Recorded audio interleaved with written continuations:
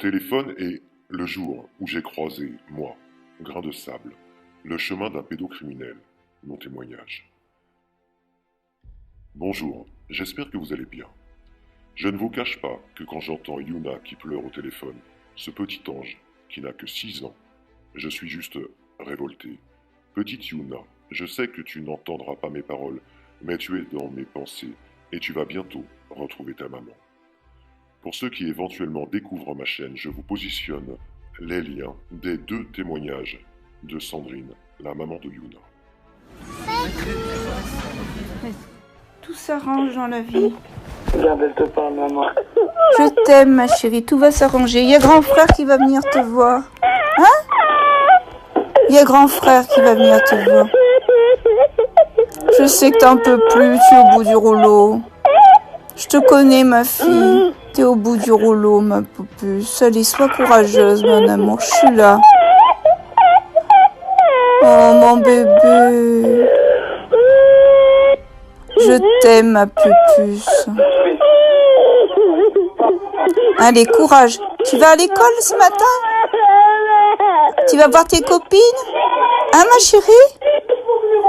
Est-ce que tu vas voir tes petites copines? Tu veux venir avec maman?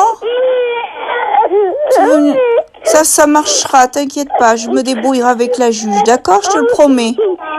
Je vais aller voir la juge, d'accord? Je suis courageuse, maman, elle va aller voir la juge pour t'aider. Je te le promets, mon amour, je te le promets, je t'abandonnerai jamais. Dis maman, oui, je t'aime. Et tu sais que ton frère, il viendra te voir la semaine prochaine, ça va mieux, il a plus mal à la tête, ça va mieux. Hein? D'accord, ma puce? Oui, tu me manques, ma puce. Allez, sois courageuse.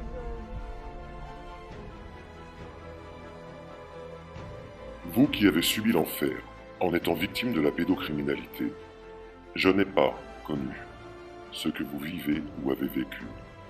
Mais j'ai néanmoins ma petite histoire, que je n'ai jamais racontée ici, ni même forcément ailleurs. Et pour être franc, je ne suis même pas certain que la femme qui partage ma vie depuis plus de 12 ans, et qui est tout simplement ma princesse et mon soleil, en soit informée.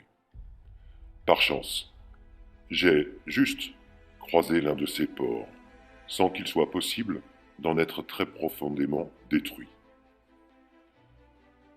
À 8 ou 9 ans, pour rentrer chez moi, j'avais environ 3 kilomètres à faire dans les rues de Paris. Et un jour, j'ai eu une tentative bizarre d'un pédo, qui avait réussi à m'attirer dans un hall d'immeuble. Il m'avait inventé une histoire de dingue, afin de me faire rentrer dans ce hall pour le mesurer. À l'époque, j'avais imaginé, moi enfant, qu'il parlait de sa hauteur d'homme. En bas de cet immeuble glauque et vieux, vous savez, les vieux immeubles, où le plâtre des murs s'écaille.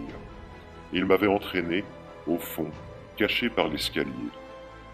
Et je m'étais retrouvé, je ne sais plus comment cela s'était passé exactement, à soutenir, avec la main, les couilles de ce vieux porc. Heureusement, un bruit dans l'escalier en bois d'une personne qui descendait avait stoppé net le délire sadique de ce pervers, qui s'était empressé de franchir la porte et de disparaître.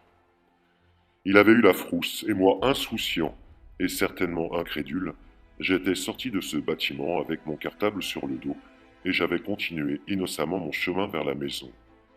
Dans les rues de cette ville que mon esprit classe depuis bien longtemps comme une ville puante.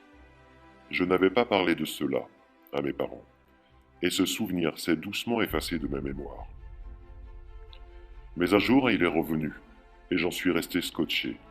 J'ai essayé de me remémorer plus de détails, mais en vain. C'est toujours resté assez flou. J'avais dû trouver ça bizarre, je suppose. J'avais dû hausser les sourcils d'étonnement. Et vu que, au final, cela n'avait pas été plus loin, sorti de ce hall d'immeuble, mon esprit d'enfant avait dû continuer à vagabonder avec les pensées d'un enfant de 8 ou 9 ans. Bien des années plus tard, par contre, j'ai pris conscience que j'étais passé à côté du pire. J'y ai repensé par épisode dans ma vie, et étant devenu ce que je suis maintenant, je me suis souvent imaginé le saigner comme un porc. Je ne sais pas si c'est pour cela que vos destins me touchent, mes amis de cœur, mais ils me touchent. Si un jour il m'arrivait, devant mes yeux, de découvrir un spectacle tel que celui que j'ai vécu, rien que cela, même sans plus, je demanderais gentiment à l'enfant de sortir et, quelques minutes après, j'aurais grande satisfaction que plus aucun enfant ne puisse croiser le chemin de ce port.